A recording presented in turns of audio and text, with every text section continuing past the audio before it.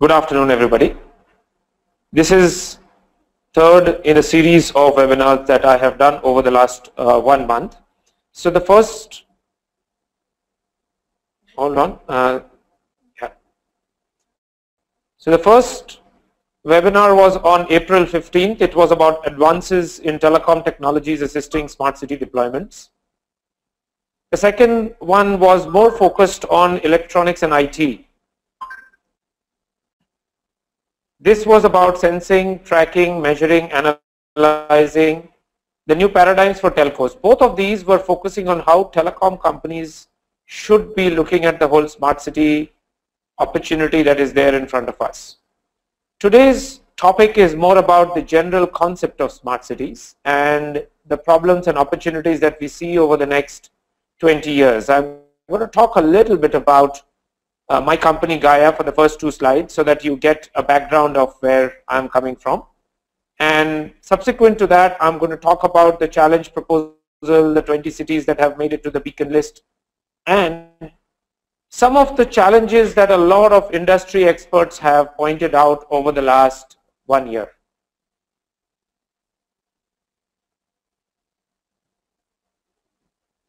Gaia Smart Cities is a next generation telecom solutions company, and we are building a countrywide telecom grade IoT platform and a low power sensor network that will allow all kinds of devices to get plugged in to a common information architecture.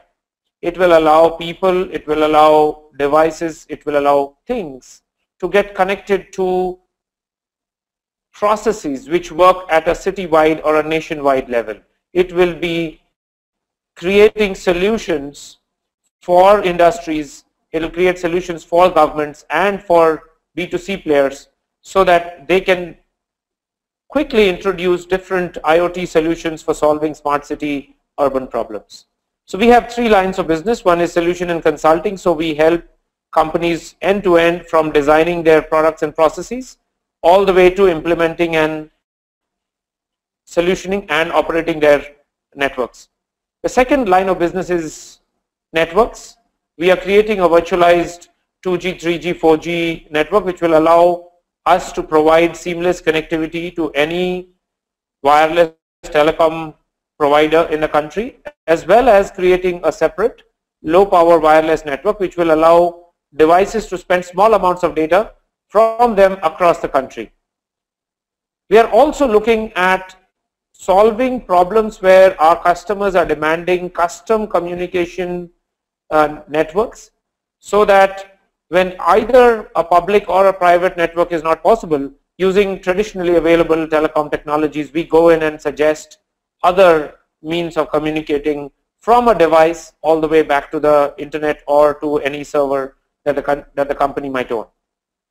The third part of our business is managed operations, and this part of the business is supposed to help not just the governments but businesses that run them operate some of these complex technical solutions over a period of time. So we will not hand over a solution and walk away. We are there as a partner end to end, operating these solutions and making sure that they work and provide the business value to the government or to the industry that we are working with. So in short, we are a smart city network and a smart city solutions company which can conceptualize, design, build, operate and monetize the assets that you are creating. What we were talking about in the last 2 webinars, I'm just going to use a couple of slides to explain how a telecom company is now got to move up the value chain and create personalized and adaptable digital services where they are no longer providing just the connectivity and the data center, but they are also stitching together end-to-end smart energy, smart health industry, offices, smart cars, smart home solutions, which allow us to be a lot more productive in the near future. As these smart city are rolled out, we are going to see telecom companies rise up to the occasion working with companies like ours to bring solutions which stitch this together at a telecom grade, which is repeatable across the country or across the world. Our solutions are supposed to encompass across all aspects of a city, right from vehicle tracking to industrial automation, to traffic optimization, factories, logistics, hospitals, intelligent medical devices, stores, retail, and smart grid, smart water solutions.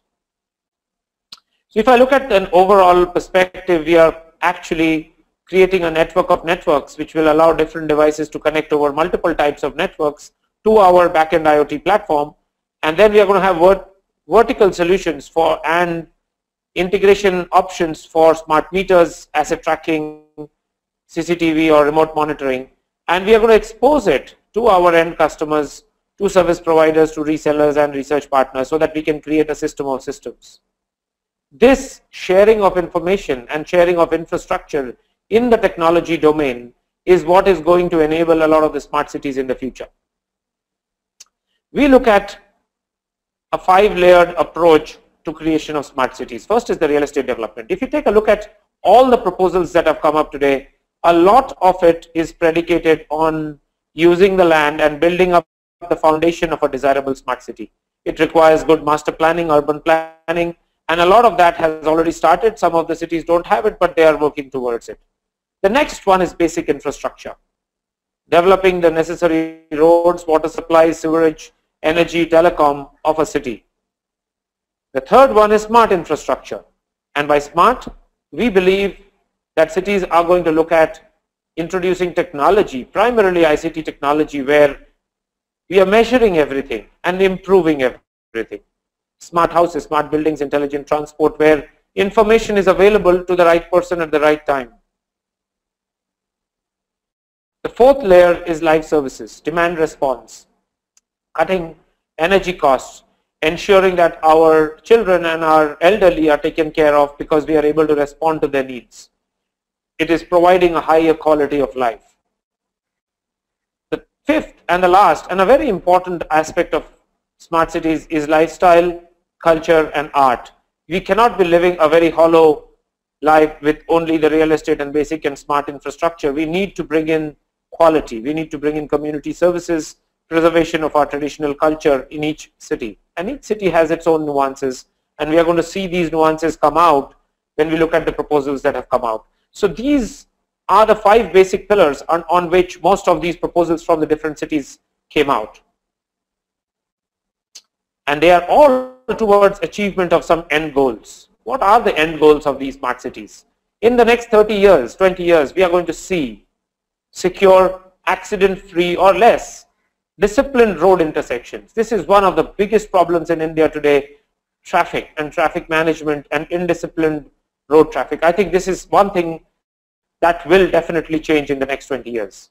We are definitely going to see green and eco-friendly factories, cities, buildings, which are going to help us consume less over the next 20 years. You're going to see a lot of companies coming in with zero discharge, emissions, recycling, and technologies which is going to make us reuse a lot of what we are doing today. Solar and reducing our carbon footprint is a major goal of India, and this we are seeing India leading the world right now in terms of the number of projects that are going on. And the next 30 years are going to see extraordinary amount of rollout of solar projects in India. We are going to be a lot more secure and flood and natural calamity proof over the next years. We are going to put a lot of sensors. We are going to put a lot of systems in place which is going to allow us to respond to these natural disasters better. We have already seen these things coming together. In spite and despite the problems that we face in India, I think we are improving this, and we are going to see continued improvement in our ability to respond. Covered pedestrian walkways and cycling tracks. The whole country is becoming a lot more health conscious. Over the next 20 years, I absolutely believe that we are going to make solid strides towards this cycling, running, healthy lifestyles that we are going to propagate in these cities. Quality of our education, and we are going to talk a little bit about this later, and schooling facilities are already seeing a lot of improvement. India has a long way to go in this space, and we are going to see additional investment and additional rigor in the whole system so that we can train our people better. We are going to see 100% availability of Wi-Fi or other communication technologies, which is going to allow the smallest of devices to get connected, the smallest of people, the remotest of people getting connected and having access to information. These are the achievement of end states. One of the things that we have seen over the last 1.5 years of the government is a way to pull together various government programs into coherent themes. These schemes were always there, but for the first time we have seen these schemes being pulled together. In this diagram, it might all seem that smart city is the controlling mission, but it is not a controlling mission, and these lines are not lines of control. These are lines of association. Smart city projects are looking at convergence with Swachh Bharat. And as some of you know that I have been spending some time in Swachh Bharat, and I can already see that one of the first few things that we are going to see about smart cities is clean cities, solid waste, waste to energy. We are going to see a lot of development of solar rooftop solar cities already in pipeline. We are going to see our culture and our heritage being maintained through the Hriday program. Again, as part of the larger smart city mission, we have forced people to think about these things. Our infrastructure, the Amrut project for 500 cities, is going to help us with roadways, it's going to help us with sewerage, with urban open spaces. Projects in our highways, ports and railways is going to help us significantly achieve the infrastructure development of the country. And if we can go down this path for the next 3 to next 8 years, 10 years, India is going to be on a totally different path of development. I think this is the first time we have seen these projects being pulled together under consistent leadership, and people are being told to deliver on these things in unison. Siloed projects are no longer going to be expected, and this is one of the things that we are going to see as a massive change of the 20 years of smart cities in India. This vision with which these projects are being pulled together is what is going to make a difference. Just to recap for people who are overseas and who are watching this for the first time, India has launched 100 smart cities project, of which the first 20 were declared a couple of months back. I've got a list of all of these listed here. I won't repeat it, but they are all over the country. We are seeing a lot of enthusiasm in these cities to go ahead and start the implementation as soon as possible. And we are personally, as a company, we are helping many of them get into this bandwagon, implementing smart solutions and bringing some real desired change in the country.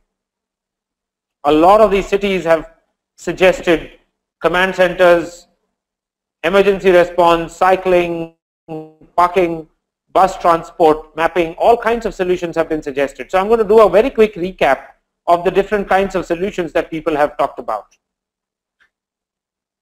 People have talked about transport and transit solutions. 5 cities have, of the top 20, 5 of them have proposed improvement of our transit and traffic as one of the major solutions that they're going to go with.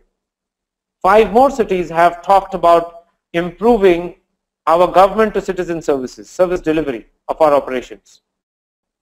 It is very important that we remove the friction that exists today and the lack of productivity that exists today, both in the government and its consequences on the citizens who come and have to wait in lines, have to fill up the same forms over and over again. So this government to citizen interface is going to have significant improvement and a major impact on the GDP of the country. 4 cities have talked about city operations and building command centers. So they're going to create consistent end-to-end city operation centers. Waste management, water treatment and water management, water distribution, 24/7 water supply has been also on the priority. Traffic monitoring and security are also in the same breath. 3 cities have suggested that, including flood and disaster management. Improving the mobility, which I suppose maps up again with the same transport and transit solutions, have been suggested by 2. The other solutions are sanitation, healthcare, connectivity, parking, livability, citizens engagement, and property tax improvement in how we collect and how we measure, how we map properties has been the other solutions that people have suggested, the cities have suggested. And not only cities, but the millions of people who came down and gave suggestions have been around these general areas. So these are the opportunities that we are looking at in these cities that we are talking about today. Some more of these pan-city solutions, so people have talked about citizens kiosks, GPS on garbage bins, data analytics as a major force for understanding what the cities are doing and taking those solutions and making them available for our solutions, for our businesses and for our government. RFID for solid waste management, air quality monitoring, solar power, water level sensors and water depth. As we are seeing major droughts in the country, water management, water level sensors have taken a majority of focus across many cities across the country today. Again, having right information at the right time is very important for all of these cities. So variable message signboards have been suggested by various cities, and changing the pedestrian infrastructure, walkability, as many people would call it. Most cities are trying to improve the walkability of the city, because today we are living in very condensed cities and our walkways are being shared with our buses and cars. We need to create situations where they either coexist or very deliberately they have been given separate spaces so that they don't impede on each other. Fleet management and creation of optical fiber networks across the city are also opportunities that have come across these cities that have proposed to the government. Now all of these obviously mean that there will be challenges across the board. I'm going to talk about some of these challenges. These are by no means comprehensive. These are some of the challenges that a lot of people have talked about, and I have compiled these from my research and also after talking to a lot of commissioners and people on the streets. The way cities have been giving out projects so far have been all independent projects. They have given a separate traffic control project, separate energy management project, separate projects for city surveillance, power management, noise and pollution, water management, emergency response, utility metering, access control, voice networks. The cities have been giving out these projects across the board to different companies. They have got no provisions for sharing infrastructure. They have got different management control centers, and there is very little coordination between the different departments and different businesses that are providing these services to the government. What we need to see change, one of the challenges that we face is this major distribution of work with no sharing of infrastructure. What we need to do is to create an integrated approach for these smart solutions. We need to bring this data in coherently together into common platforms. We need to bring them into common sharing infrastructure such that we'll be able to do the intercorrelations that exist between these different domains. Let's look at some of the other challenges. Almost all the 20 cities that are beacons of the country today are all retrofit cities. Retrofit means you're taking an existing city and you're going to build in solutions on top of them. In fact, if not most of the 100 cities that have been given, very few have proposed greenfield alternatives. There are challenges in greenfield cities. Will take more than 40 years to get populated. So you cannot do PPP projects, and a lot of greenfield projects which have been suggested on PPP mode will not work, and there is going to be major challenges because there will not be the third P, the people. There will be no users to pay for the service. So we need to plan greenfield sites differently. We need to make investments into these spaces, and we need to become stakeholders to make sure that a project succeeds. Today, most of the PPP projects are where the government deliberately gets into it, but there is always an antagonistic relationship between the provider and the government. This causes friction, this causes these PPP projects to break down. Going forward, we need to see better commitment from the government to make sure that these projects succeed, because they are shareholders in this main. The government is a shareholder, and therefore they need to play that role in these smart city projects. They cannot be handing it over to a private player and walking away and hoping that the private player is going to solve all the problems that existed before. So we are going to see these challenges in retrofitting of existing cities. Financing these smart cities. We talked about PPP. The HPEC has predicted a 35,000 crore requirement, annual requirement that is there from these smart cities. That's a lot of money that has not been there in the ecosystem. Where will this come from? A lot of these cities have proposed convergence with other schemes, and I had a slide about all these other schemes with Hriday, with Amrut, with Solar City. So all of these projects have got funds, and they have all been given the funds. So in these 20 or schemes as one of the major areas where the cities have tried to get the funds. User payments is another area which is a complicated one from a political standpoint, but we have seen consistently across the world from developing and developed state that if good quality service is being provided, users are willing to pay for it. So having user payments as a part of the overall financing scheme is very important for getting funding for these projects. We have seen a lot of projects where land monetization is the primary source of funding for these cities. Unfortunately, in the past, land monetization was an independent activity and building solutions was an independent activity. Now we are going to start seeing this integration of projects where the project itself, the P&L of the project depends on the monetization of the land, and it is not handed over to a private party to get all the benefits of land monetization. We are going to see the government and the private party together come to the table to ring fence the land monetization and provide services to the people who are living on that land. We are not going to see this bifurcation between where the money is coming from and where money is being consumed. It is going to come from the same kitty. And then we are all hoping that the economy of that city, economy of that land is going to improve. So better taxation from the cities is going to pay for some of these projects. Availability of the master development plan.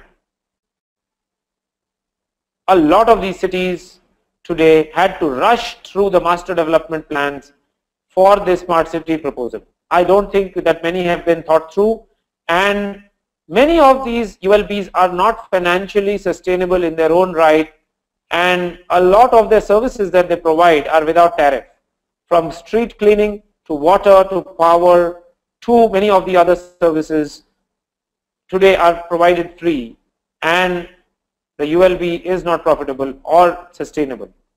For us to sustain, for us to not be dependent only on taxes, we need to make our cities profitable, our cities able to attract funding. City is like a startup, and we have got to start treating the cities as startups and bring to the city ideas and funding to make them viable in that city. Even if we can recover these in a phased manner and we go to sources like World Bank or ADB, we have to show that these cities have got an idea. They've got to show that they have a profitable business model before anybody is going to lend them any money for the projects. We have to get the master plan done by international and national skills working together. We cannot have it being done by people who have been doing inadequate master plans in the future. We have to get people who understand how technology should be used, not only in building the plan, but also to measure a whole lot of things before a plan is made. Measurement is where technology is going to become an asset. Measurement is where technology is going to be able to play a role such that our cities become more profitable without doing much work. We need to bring in people from the art and architecture background such that our cities look coherent, our cities have got the right design, and our cities have got the right aesthetics to be called smart cities. So unless we bring in technology, unless we bring in art and architecture to our overall urban planning verbiage, we are not going to see our cities becoming smart. So over the next 20 years, We are going to see a lot of cities become beautiful, a lot of cities becoming technology literate and technology savvy, and we are going to see a lot of new ideas coming from people to improve the delivery of services to the city and improving our quality of life. A lot of technical constraints as well. Our urban local bodies are not technically competent to pull a lot of these services today. They employ a lot of consultants, and many of these consultants are not trained in some of the modern technologies. They are good companies, they are big companies, but their people are not trained to understand the different nuances, the different technology progress that has happened in the world. So when you've got a blind leading the blind, you have a problem. I think we are going to have to overcome this by providing better education to the people, to the consultants who come and help the ULBs. The second constraint is the nature of the SPV and the three-tier governance between the center, state, and the city. We are going to see this retested and tested again. This resolve is going to make or break our smart city mission. This resolve to resolve these things is going to make it better. We need to start creating bridges between these power centers such that one doesn't hold the other one ransom before the city can achieve its growth and its smart city ambition.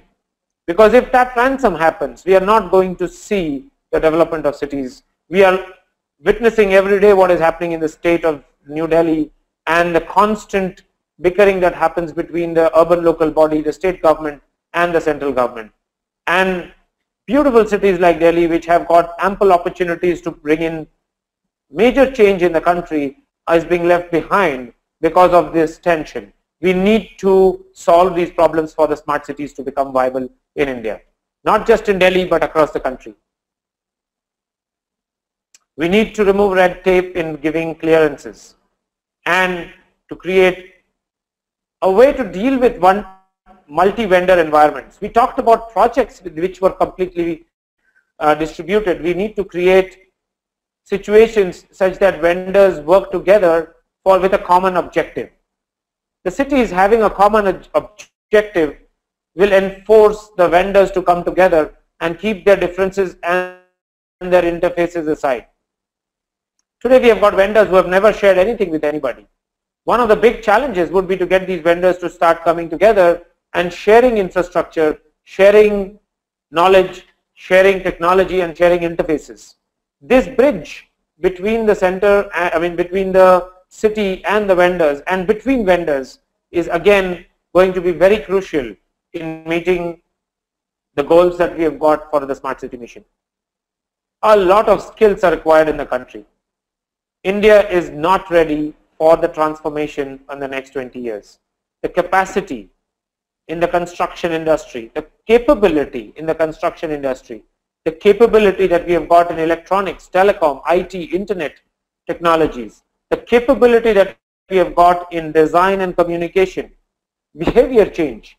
A lot of our success will depend on our ability to change the behavior of our citizens, to start accepting the cities to be on their own and doing their responsibility, not their rights.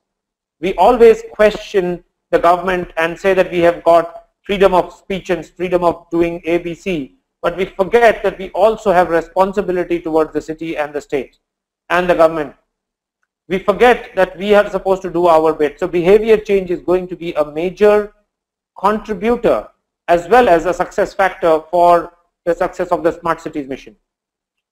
And we need the entire green and sustainable development industry to become a lot more financially viable. The kinds of skills that we are going to require from a technology and non-technology fields are like telecom, connected wearables. Telecom IT is going to create enormous opportunities for cities to become smart, because the people like my background coming from as a CIO of a telecom company lends itself very well to create solutions which are telecom grade, which allow cities to operate like private telecom operators. meters, sensors, actuators, we talked about it last time, home and automation, wireless devices, location-aware internet applications is going to be a major contributor to making sure that the right information is provided to the right person at the right time. Across the board, from government and or private citizen applications.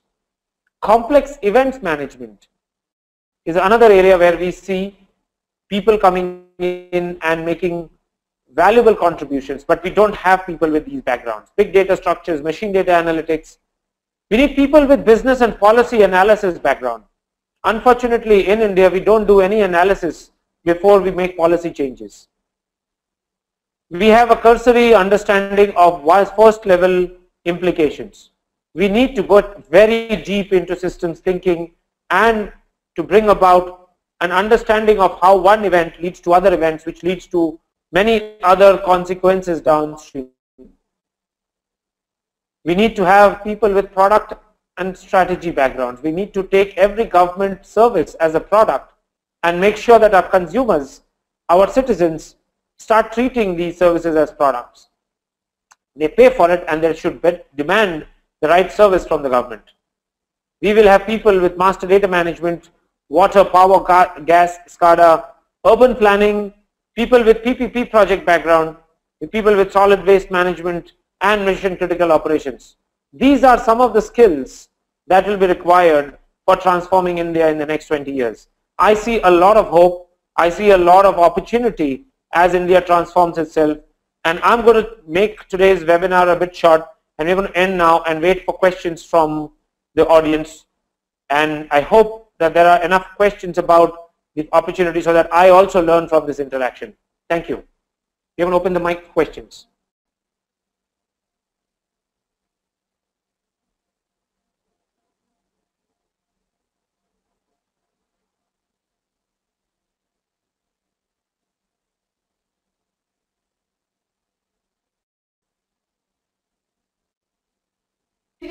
Questions are already shared with you, sir. Yeah, I'm getting in there. The first question is from Amit Malik. Amit writes that I am a telecom professional. My question pertains to the maturity of the market in accepting digital revolution. What is the time frame? So let me first answer that question and go to the next one later. I think today the market is very ready to accept digital revolution. We are seeing this across every aspect of life. Look at the number of people who have adopted mobile phones in India. Look at the number of people who are getting all kinds of services on their mobile phones today. So India, across the world, people have already accepted. People are using all kinds of devices today without any hesitations.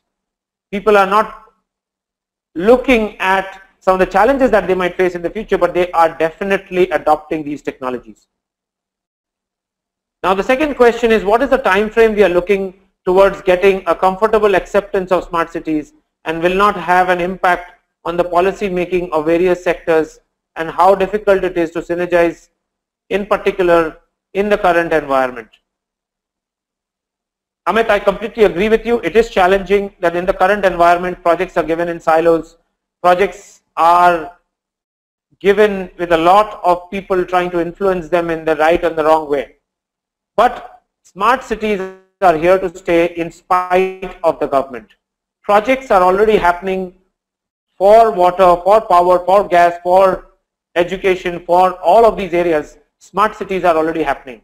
Many cities have already adopted smart transportation solutions. Many cities are asking for better traffic management. So in spite of our ability to accept this larger concept, smaller manageable projects have already started.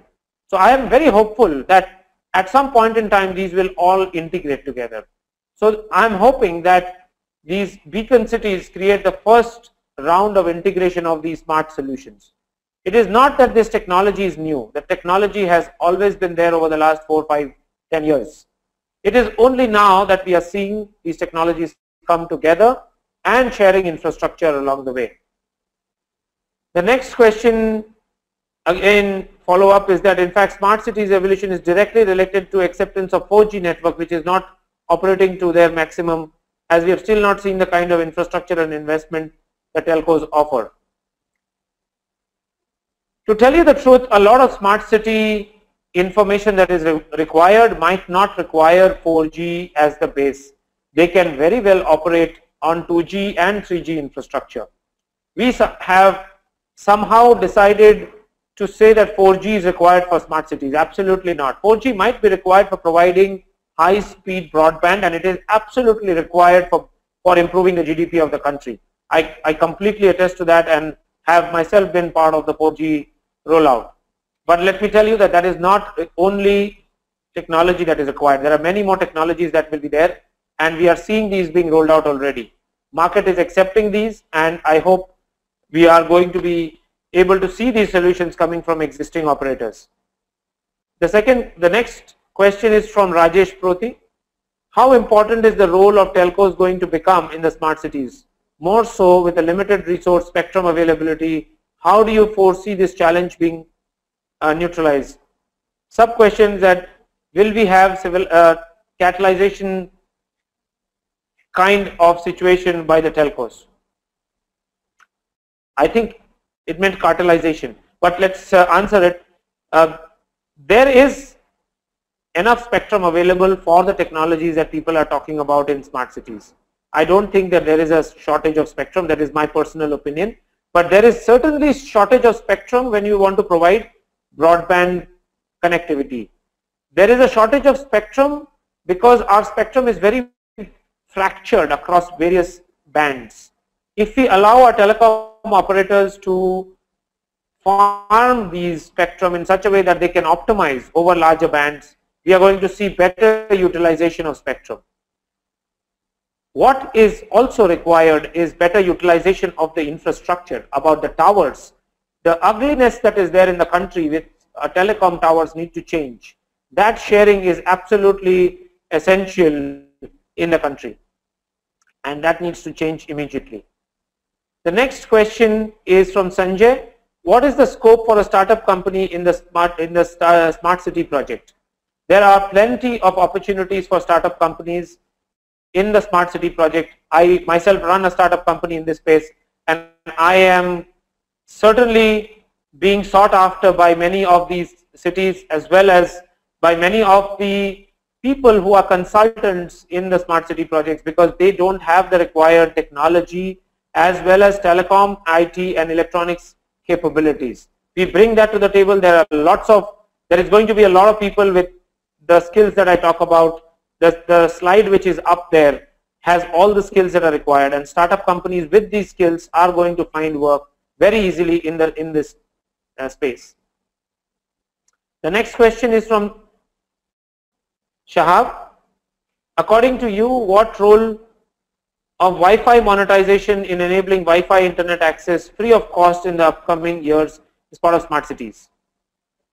Wi-Fi and providing digital internet access is going to be like the roadways of the country. Roadways are not charged for, and Wi-Fi will also not be charged for, but the services on top of it. You have to pay an amount of tax in some shape or form to provide for these Wi-Fi services. Somebody has to provide for the backhaul. Cities will gear up, cities will increase your taxes, or cities will provide it with the help of private companies. Now, monetization of this cannot definitely happen by seeing ads. So ad-based monetization of Wi-Fi was a good concept, but it is not something that is going to provide ubiquitous Wi-Fi everywhere. You are going to actually pay for ad-free Wi-Fi services in some shape or form in the near future. So solutions which enforce that will definitely be useful for the cities. The next question is from Srinivasan. Any methods to monitor the electromagnetic radiation from telecom towers, and will Wi-Fi transmitters in smart cities? Well, this problem is not limited to smart cities. It is a fear or a phobia that is there in every city in the world. But let me assure you that telecom systems and telecom towers are governed by very strict rules which are looked at globally, and in India these radiations are no more than what is acceptable globally. So therefore, yes, radiation is there, but how it affects you is not known yet.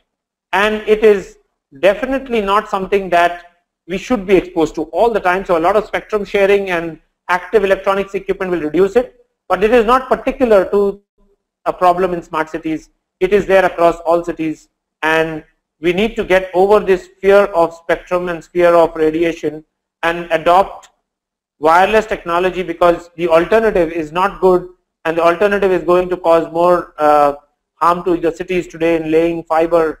And not every technology and not every piece of equipment is geared towards wiring itself completely. So there is going to be a lot of duplicate infrastructure otherwise. And we need to understand that radiation is again controlled at an international levels, and it is not harmful in the current spectrum sharing, infrastructure sharing scenario that we have in India. So we should let it happen, and we should start embracing this for our own future. Next question is from Amit.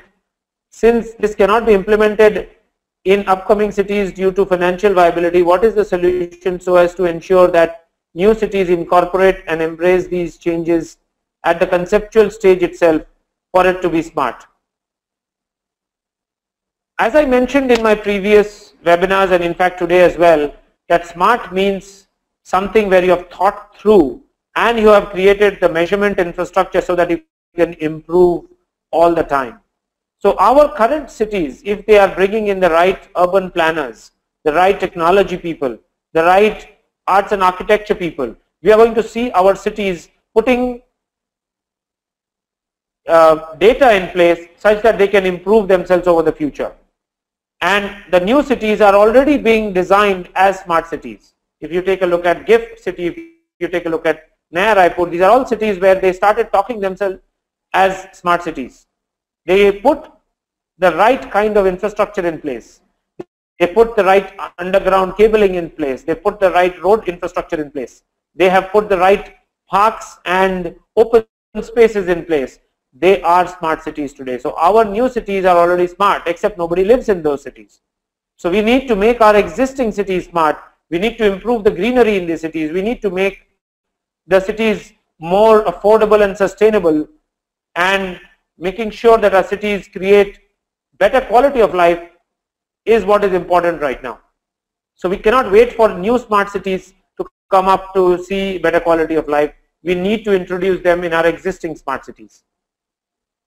The next question is from Supriya Mitra. Telecommunications development is being hampered due to people protest. Question: how to manage people mindset change towards development? You're absolutely right. There's a lot of phobia around telecom development and telecom wires and telecom spectrum and radiation, and we need to all collectively make that little point of view known that this is for the good. The information that everybody is enjoying today is as a result of telecommunications infrastructure, and we need to have policies such that there is no gouging. You know, there's a lot of people who are objecting to telecom towers because their neighbors got a lot of money from the telecom companies to put up towers. So some people got the benefit, other people got the radiation. So the rules favored some people and it harmed other people. We need to get over it and make sure that the perception of profiteering from the telecom infrastructure goes away. The cities should allow telecom infrastructure without profiteering from it. I have known situations where some cities have increased the cost of digging, they increase the cost of right of way, increase the cost of telecom towers to such a level that the telecom companies become unviable with those kinds of surcharges that have been put. The sort kind of rules that have been there for digging and repairing of roads. Some of these rules are designed for corruption. We need to change these rules in the near future. Some of the cities and states have actually been very proactive and made these things available, and we have seen these cities progressing fastest.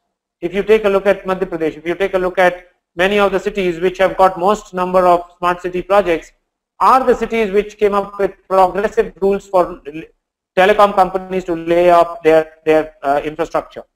So I really applaud those cities, and I want the other cities to make those corresponding policy changes such that telecom companies can roll out services faster so that smart city solutions can be rolled out and we have better quality of life in the near future. The next question is from Ashish Berry. What skills will be required from telecom professionals? Today they work in GSM LTE network and its components. Is that sufficient, or what add-ons are required from telecom professionals? Since you mentioned GSM and LTE, you're certainly from the telecom network domain. In the network side, we are seeing optimization of LTE as a major new skill that is required, optimization of Wi-Fi networks, sharing of these telecom networks is another new technology that is coming up. Low power WAN technologies that are coming up, we need to look at small narrowband technologies as an alternative to providing smart city solutions. So telecom professionals have to get better at understanding what is the solution that they are being part of. You need to see the larger forest from the trees before you start getting yourself equipped in different technology options.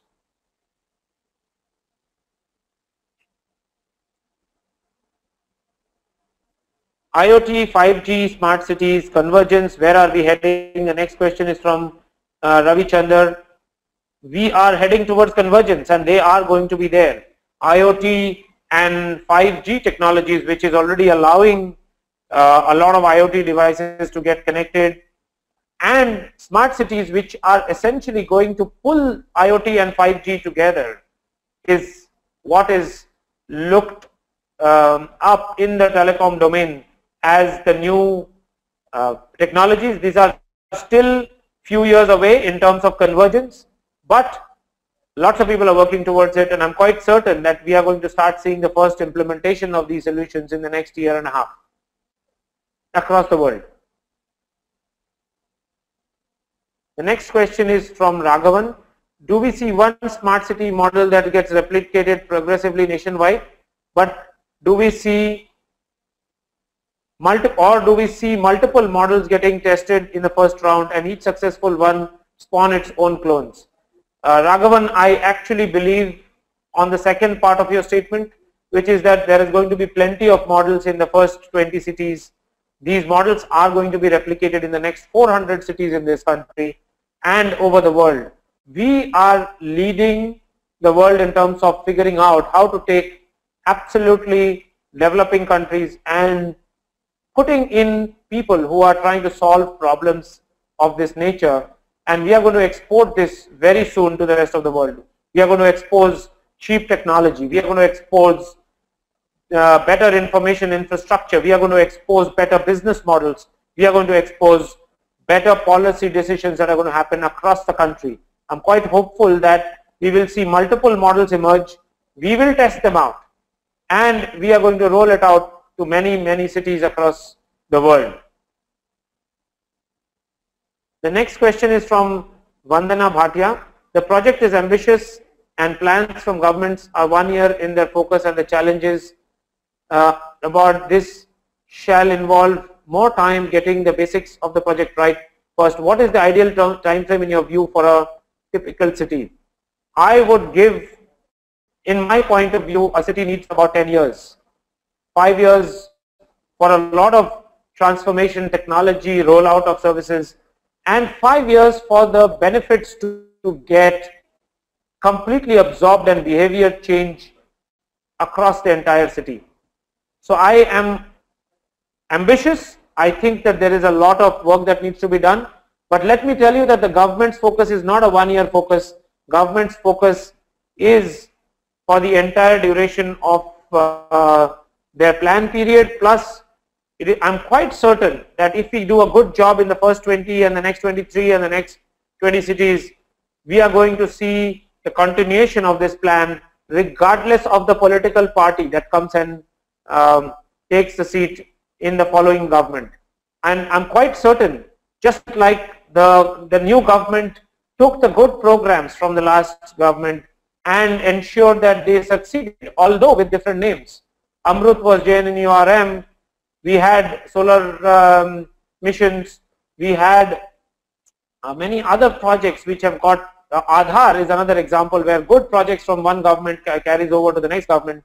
And if you look at the time frame, it has taken 8 to 9 years, and I'm quite certain that this project is also going to take 8 to 9 years, and therefore I'm optimistically quite hopeful that in the next 10 years we are going to see a lot of benefit to the country.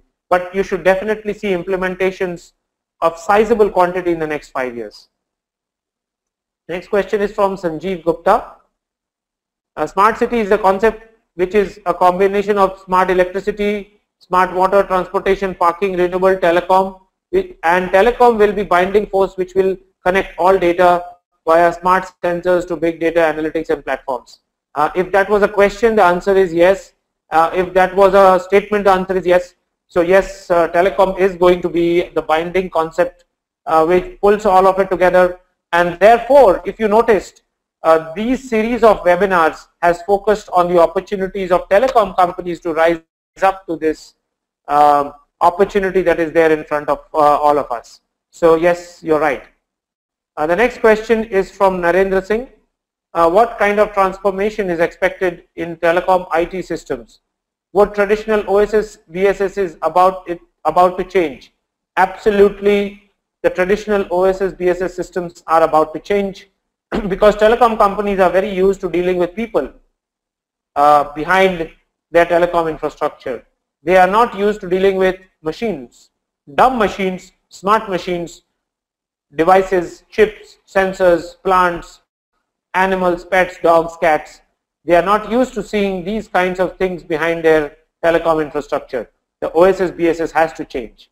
The OSS BSS also has to change because we are going to see at least 100-fold increase in the number of devices. Telecom systems are not geared towards dealing with billions of devices. And this is going to be the cornerstone of the next generation of telecom service providers, which is companies like ours, which is positioning ourselves to be a solution provider in the smart city space, in the IoT space, where we are going to come up with systems that deal with billions of devices at a telecom grade, at a very, very robust infrastructure grade services, which is going to allow devices to connect and come up with machine IoT and machine OSS. Thank you. The next question is Vimal Kumar. What are the verticals helpful in achieving the seamless mobility across heterogeneous wireless networks in the implementation of smarter vehicular movement? It's a very complex question. You're talking about verticals in telecom or verticals in vehicular movement, and heterogeneous wireless networks. So there are quite a few questions buried in this. There are various verticals that are there. We might not require heterogeneous wireless networks to become one. The integration and the seamlessness will happen at the IT layer. The seamlessness and the handover will happen at the IT layer. Today, a lot of focus has gone in to make sure that the networks hand over each other. We need to let the information be handed over, not the network. Nobody cares about the network as long as the information is there. Nobody cares about the telecom as long as you are able to talk. We get upset when the network drops and we are not able to talk. If we are able to continue speaking, then network is not an option, and seamless network or heterogeneous networks is not a problem. So I hope that has answered the question that you had, Vimal. The next question is from Amit Anand. How are you engaged with the Smart City Consortium? How are they going to implement? What kind of tie-ups are they going to have to provide such service? Amit, there are at least 10, 15 different consortiums which are being formed, which are going to get formed for these smart city projects, and there is always going to be opportunities for new companies to come in and join these consortiums. These consortiums are going to be companies that provide different solutions, and companies that provide the implementation and rollout, and companies that provide the finance for these solutions to be rolled out. So what they are implementing is yet to be seen, but all the things that have been talked about in this webinar and the previous webinars in smart grid, smart water, smart transport, smart air quality, all of these are solutions which these consortiums are going to implement. Consortiums have always been there, so it is not something new.